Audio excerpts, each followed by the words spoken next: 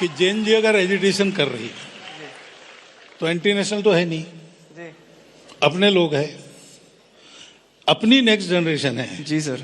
इस अपनेपन से डायलॉग का साथ मैंने बोला अपनापन चाहिए, संबंध चाहिए, वो हमारा संबंध है, उसका रिकॉग्निशन चाहिए, तब ये डायलॉग होता है।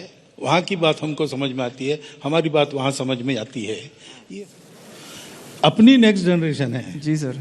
इस अपनेपन से डायलॉग का साथ मैंने बोला अपनापन चाहिए, संबंध चाहिए, वो हमारा संबंध है, उसका रिकॉग्निशन चाहिए, तब ये डायलॉग होता है। वहाँ की बात हमको समझ में आती है, हमारी बात वहाँ समझ में आती है, ये होता है, तो होना चाहिए। और जैन जी वगैरह ऐसी है ऐसा मैं तो बिल्कुल नहीं मानता। आप क्या मानते हैं? विदाउट इट कॉन्टेक्स्ट भी जब पूछा गया तो मैंने बताया, और आज भी मैंने आपके सामने बोला है कि मुझे लगता है कि ये जो नई पीढ़ी है जैन जी, जैन अल्फा, ये अभी जो हमारी एग्जिस्टिंग पीढ़ी है उससे ज़्यादा ऑनेस्ट है। अरे वाह, बढ़िया है। और देशभक्ति और सेवा का ऑनेस्ट अपील उसमें चलता है। थैंक यू सर, ये आपने बताया सबसे ऑनेस्ट जनरेशन जेन अल्फा है। लोग बोलते हैं कि बच्चे भगवान का स्वरूप है, तो आजकल के बच्चे जेन अल्फा है, जेन जी है।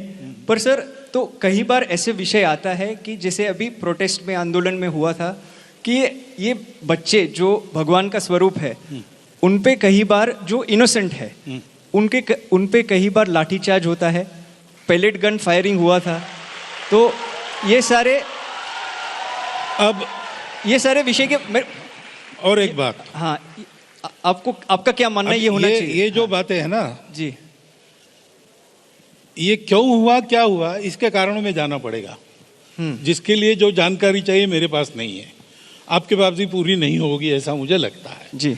लेकिन इसको देख के कहाँ गड़बड़ है ये तय करना पड़ेगा। मैं अभी ये नहीं कह सकता कि क्या हुआ, क्यों हुआ, क्योंकि सही गलत मुझे भी मालूम नहीं। आप भी पढ़कर बता रहे हैं, मैं भी पढ़कर बता रहा हूँ। आज सुबह मैं आ रहा था तो कुछ मॉड्यूल्स वगैरह इसमें घुस गए, उनका कुछ भंडाफोड़ वगैरह ऐसी बात न्यूज़ में पढ़ रहा था। वो कितनी सही है नहीं है मुझे मालूम नहीं, लेकिन मुझे अगर आँख मूंदकर विश्वास रखने के लिए कहा तो मैं जैन जी पर विश्वास रखूंगा।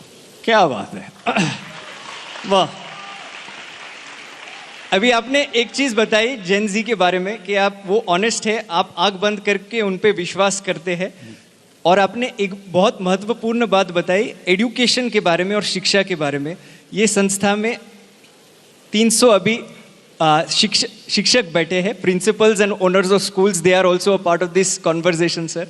And therefore I wanted to ask you this sir कि 15 लाख स्कूल्स में अभी भी 1 लाख स्कूल्स है भारत में जहां हम लोगों के पास टॉयलेट्स की सुविधा बच्चियों के लिए नहीं है। तो sir guys let me finish the question. तो सर बेटी पढ़ाओ बेटी बचाओ अच्छा स्लोगन है, पर ये स्लोगन में बेटी पढ़ेगी कहाँ यदि उधर व्यवस्था ही नहीं है टॉयलेट की। तो सर ये एक सर दूसरा इसमें सर 15,000 स्कूल में अभी तक बेसिकली वाटर की फैसिलिटी नहीं है, पानी पीने की सुविधा नहीं है। तो सर शिक्षा, मैं मानता हूँ कई चीज़ हुई है शिक्षा में, बट शिक्षा में बहुत सारी चीज़ होनी चाहिए। और मेरे लिए तो ये नेशनल इमरजेंसी है, क्योंकि देश को यदि विकसित बनाना है तो शिक्षा ठीक करनी पड़ेगी।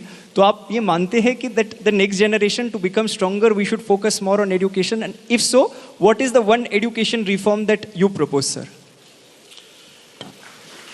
पहली बात, एक से नहीं होगा, मैं 2-3 बताऊंगा। जी सर। पहला है कि शिक्षा ये कमर्शियल बिजनेस नहीं है जी, वो जीवन की नेसेसिटी है। इसलिए शिक्षा सर्वसुलभ हो, सबको मिले, ऐसा उसका स्ट्रक्चर करना चाहिए। तो इसमें तो बहुत सारा विचार करना पड़ेगा, फीस को लेके सारी बातें। दूसरा, शिक्षा हम सबकी रिस्पॉन्सिबिलिटी है, तो जिसका काम वो ठीक करे वो होना ही चाहिए। नहीं हो रहा है तो गड़बड़ है, उसको ठीक करना चाहिए। लेकिन मैं अपने जगह क्या कर सकता हूँ, उदाहरणार्थ कई जगह कई स्थान हैं हमारे यहाँ, तो ग्रामीणों ने और कार्यकर्ताओं ने मिलके वहाँ के स्कूल को ठीक किया। तो ये ऐसी फैसिलिटीज नहीं थी, तो गांव वालों ने थोड़ी थोड़ी संसाधन जुटाकर ये फैसिलिटीज उत्पन्न की। पास के शहर में किसी भले आदमी को पकड़ा, कंप्यूटर स्क्रीन उसने स्कूल में लगा दिए, ऐसा करके किया। अब शिक्षा का जो फाइनेंशियल बर्डन है, अगर समाज पूरा ध्यान देगा, क्योंकि ये शिक्षा सरकार की दी हुई वगैरह नहीं है, ये हमारे बच्चों की शिक्षा है, तो हमारे बच्चों की शिक्षा ठीक हो इसलिए हमको भी एक्टिव रहना चाहिए, विजिलेंट भी रहना चाहिए और असिस्ट भी करना चाहिए। ये अगर एक्टिविज्म हुआ तो ये सुधार बहुत जल्दी आएगा। बाकी जिनको शिक्षा देनी है उनका भी ट्रेनिंग होना चाहिए। We have to start from teachers, train the teachers, ये करना चाहिए। बाद में फिर पाठ्यक्रम वगैरह बातें आती है, बाद में आते हैं नहीं, बाद में करने की नहीं है, साथ साथ करनी है, लेकिन बेसिक तो ये है कि शिक्षा हम अगली पीढ़ी बनाने के लिए दे रहे हैं, स्कूल चलाने या पैसा कमाने के लिए नहीं दे रहे, ये होना चाहिए। और हम सब लोगों का सहभाग उसमें होना चाहिए, सब लोगों का ध्यान रहना चाहिए, तो ठीक रहेगा। ये दो बदल अगर हम करेंगे तो बहुत जल्दी बातें ठीक हो जाएंगी। ऐसा कुछ जो हुआ है थोड़ा सा इस दृष्टि से, उससे मेरा अनुभव है।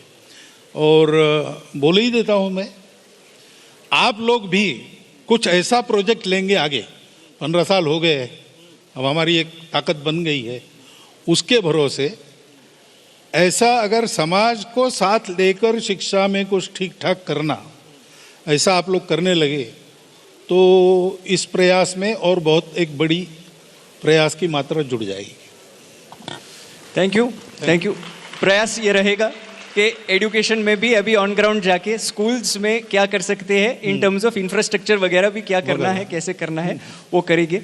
पर इसमें सर आपने टीचर्स के बारे में बात की, तो जस्ट वन क्विक फॉलोअप इसमें कि 10 लाख टीचर्स की वैकेंसी भी है आज की तारीख में। ये बात सही है कि 1 करोड़ टीचर्स है बट 10 लाख टीचर की वैकेंसी है? सर तो ये मैं मानता हूँ, और मैंने जब ये पूरा आंदोलन हुआ था तभी मैंने एक प्लैकार्ड लिया था, not for CJP, not for BJP, I am for education, how many like me, ऐसा करके मैंने सर लिया था।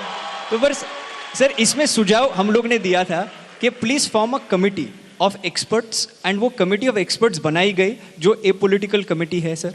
पर 2024 में भी ऐसी कमेटी बनाई गई थी, राधाकृष्णन सर की कमेटी।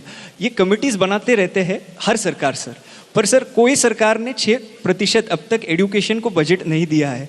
तो सर मैं आपके माध्यम से, बिकॉज नेशनल मीडिया आपके कारण हमें भी देख रही है, तो आपके माध्यम से do you think that the government should pay more attention to education sir? क्योंकि 6% बजट एलोकेशन की मांग तो पुरानी है और हम उसका समर्थन करते हैं। बढ़िया है, हम तो बढ़िया है। एजुकेशन वगैरह में जाने वाले लोग नहीं हैं, लेकिन ये मांग उचित है, ऐसा हमको लगता है, उस पर इम्प्लीमेंटेशन होना चाहिए। अब सरकार के द्वारा ठीक इम्प्लीमेंटेशन हो, इसके लिए क्या क्या करना चाहिए, केवल वो करने से नहीं होगा।